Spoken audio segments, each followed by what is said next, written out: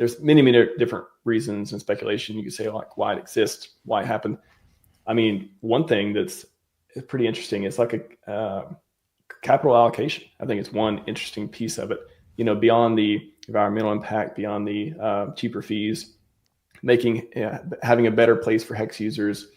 It's kind of like almost like so I guess two things that are talked about less than others. I guess one is like the branding, the app, you know, Apple, the closed ecosystem, we own everything top to bottom, you know, all fitting together and being able to have more control. And so you don't have to be, you know, at the will of another network or another developer or stuff like that.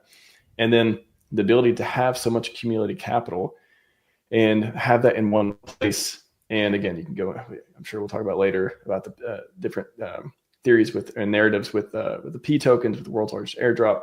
You can go into, you know, the OA and that whole like piece and, you know, what has happened, what may happen in the future, what may not happen. ETH wells, you know, different games like that. I always remember Richard talking about, you know, there's going to be wells. There's going to be new wells. I mean, in the early hex days, like we're not trying to get rid of wells. We're just trying to make new wells and like more, you know, maybe more loyal or more favorable, or just all these different things they're good from having like a new set of things happening. And that keeps happening over and over and over with PulseChain. You got a new network, you got, you know, new copies of coins, you got new capital locked up, sacrifices, all this stuff.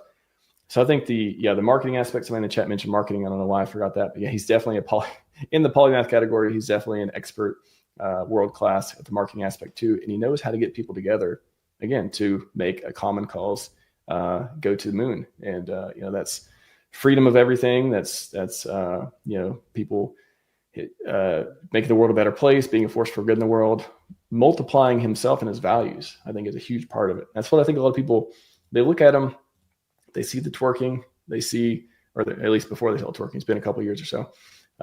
They see, you know, the you know, whatever brashness, they see the you know, him elevating himself as he should be in a lot of ways. He deserves a lot of it for creating such a thing.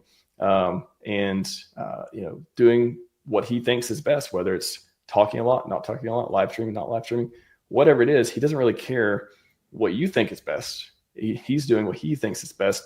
And the guy looks long-term for a lot of this. So I tend to trust more people who think long-term.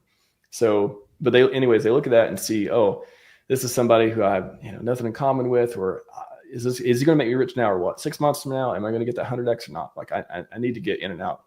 It's not that kind of thing.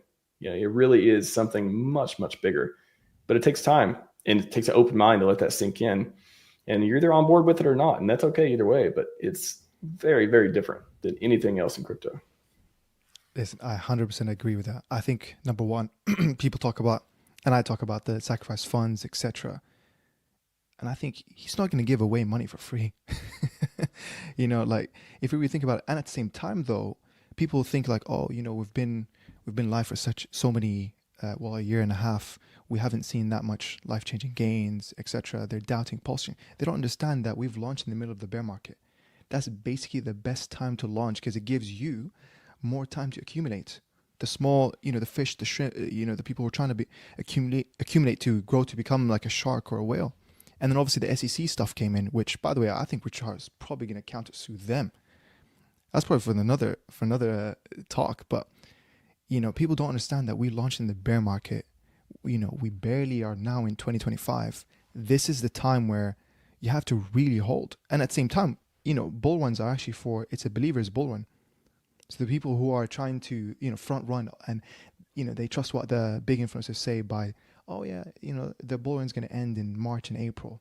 So now they're going to try to front run it and probably sell in February or even late January. It's going to end up making it I don't know, probably a dampened altcoin season. I've always seen, you know, just looking at pattern recognition, there always has been a second peak. And I think in that second peak, that's where it's going to catch everyone off guard. It's going to catch everyone off guard. It could be, you know, 90% of us probably are not going to be around there because people are going to take profits. They're going to say, oh, thankfully I made my profits from this bull run. And then they're going to see the peak going even higher. They're going to FOMO back in, but at more expensive prices. People are going to be speaking to each other. They're going to say, oh, I knew about PulseChain before it was on centralized exchanges. It's like, oh man, I should have bought in. But it's like, it's so obvious. we have, as you mentioned, how he made PulseChain a layer 1 solution, better Ethereum in my opinion, easily better than it's an evolution of Ethereum. It's better scalability solutions. And at the same time, we have our own native services. In Ethereum, Uniswap is not native. In Ethereum, the stablecoin is not native.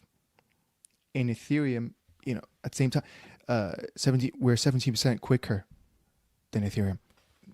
Thousands of X's. I think it is still thousands of X's. Cheaper gas fees.